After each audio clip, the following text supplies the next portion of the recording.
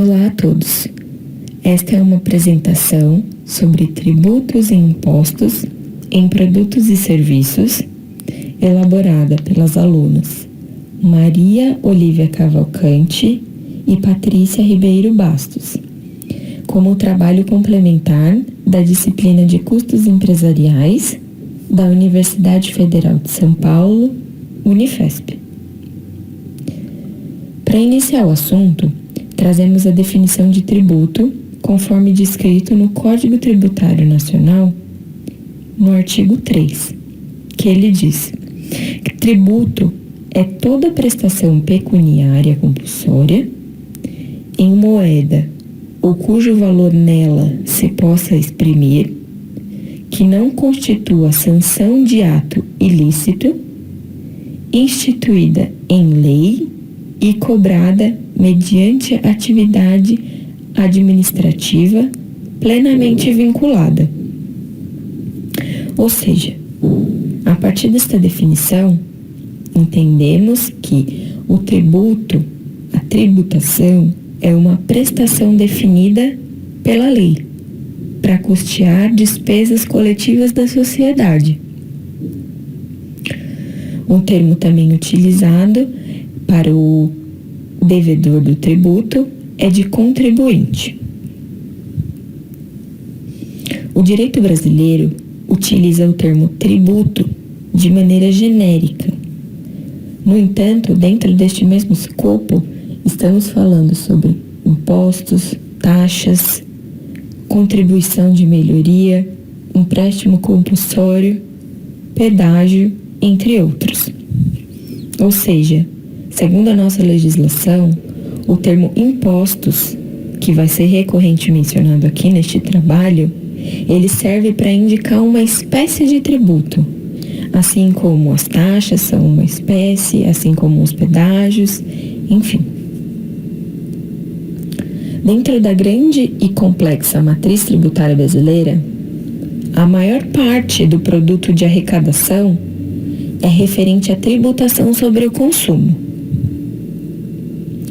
A tributação sobre o consumo, ela é responsável por aproximadamente 68% da arrecadação, frente a 3% de tributos que incidem sobre o patrimônio e 24% sobre a renda. Vale ressaltar também que a tributação sobre os produtos são transferidas ao consumidor final por intermédio da incorporação do tributo no preço do bem ou do serviço, como um custo adicional. Neste trabalho, nós vamos abordar os 3 principais tributos sobre o consumo no Brasil. E eles são o Imposto sobre Produtos Industrializados, mais conhecido como IPI, o Imposto sobre a Circulação de Mercadorias e Serviços de Transporte Interestadual e Intermunicipal e de Comunicação, o ICMS. E também o Imposto sobre Serviços, ISS. Cada um desses tributos mencionados é de competência de uma entidade política distinta, e cada um deles incide de alguma forma sobre o consumo dos bens e serviços no Brasil. A partir de agora, iremos explicar um pouco mais detalhadamente cada um desses 3 tributos, começando pelo IPI. O IPI é um tributo de competência da União e ele tem como fato gerador a industrialização de determinado bem. Ou seja, cabe dizer que a aplicação deste tributo é aplicável apenas quando o bem seja objeto de esforço humano, no sentido de alterar a natureza, ou seu funcionamento, ou acabamento, a apresentação ou a finalidade do produto. As principais características do IPI são o fato dele ser um tributo não cumulativo, ele tem incidência seletiva, ou seja, de acordo com a essencialidade do bem. Ou seja, então varia se ele representa um bem essencial ou um bem supérfluo. E ele é um tributo indireto, que o seu valor é repercutido ao consumidor final. Sua base de cálculo é definida pelo valor da operação de venda do produto industrializado e suas alíquotas são estabelecidas na tabela de incidência de IPI, conhecida como TIP.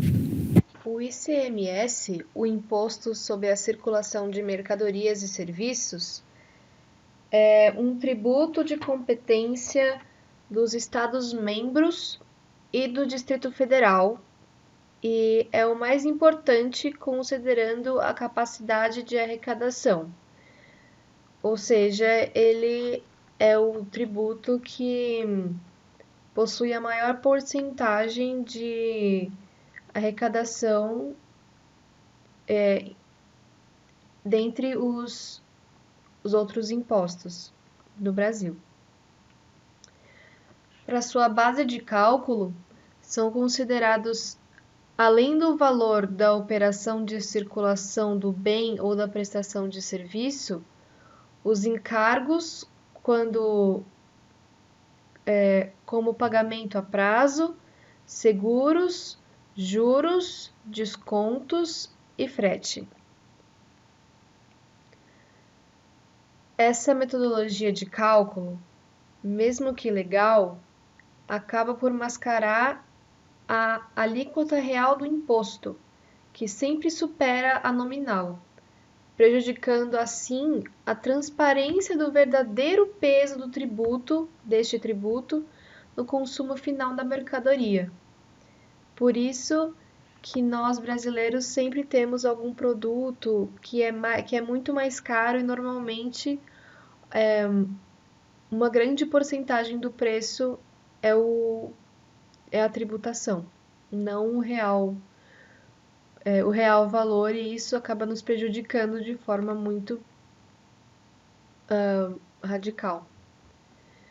Suas principais características são a não cumulatividade, ele ser indireto e ter suas alíquotas fixadas, considerando se a operação é interna ou interestadual.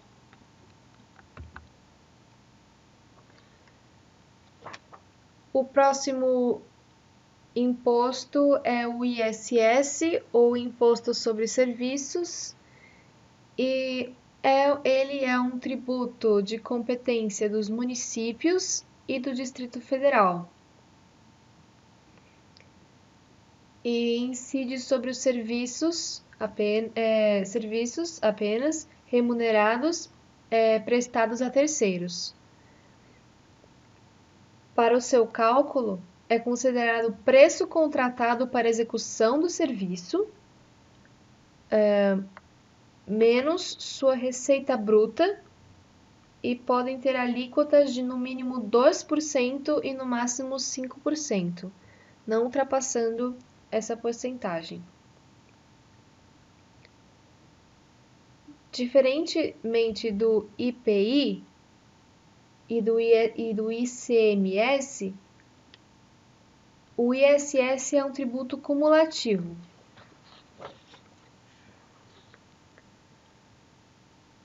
Outro fato importante é que o ente tributante pode optar, logicamente, dentro dos limites das alíquotas mínima e máxima, ou seja, dentro desses 2% e de 5%, que sua definição seja baseada em função da essencialidade do serviço prestado, podendo contribuir para uma matriz tributária progressiva ou para a redução do grau de regressividade.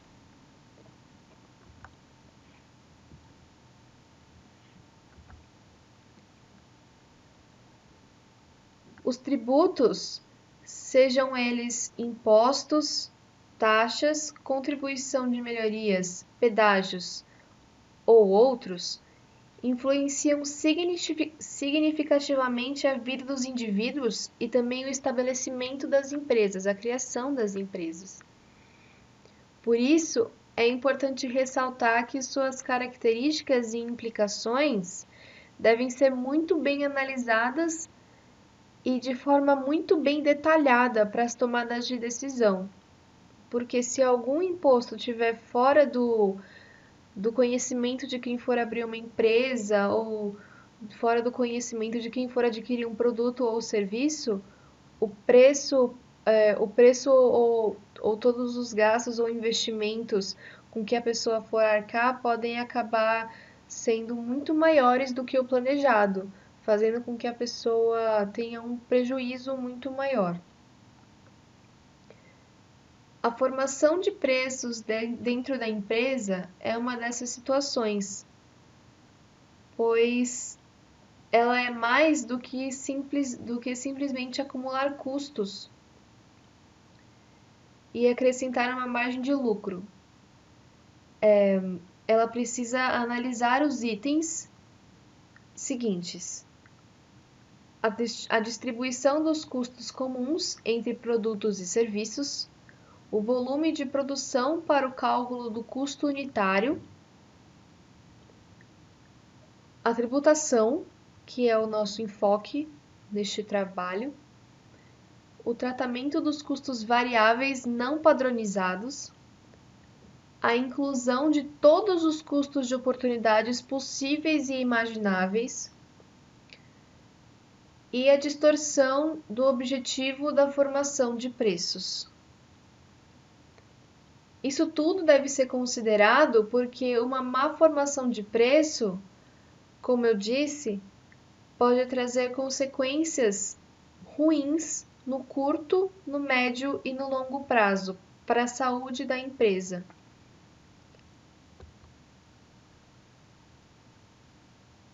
É importante comentar também que a formação de preço não é um processo de cálculo exato, mas sim estimado, pois dependerá, entre outros fatores, do próprio preço que está sendo calculado,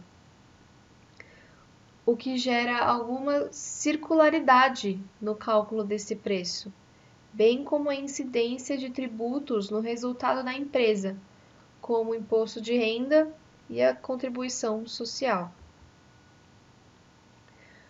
Muito obrigada pela atenção.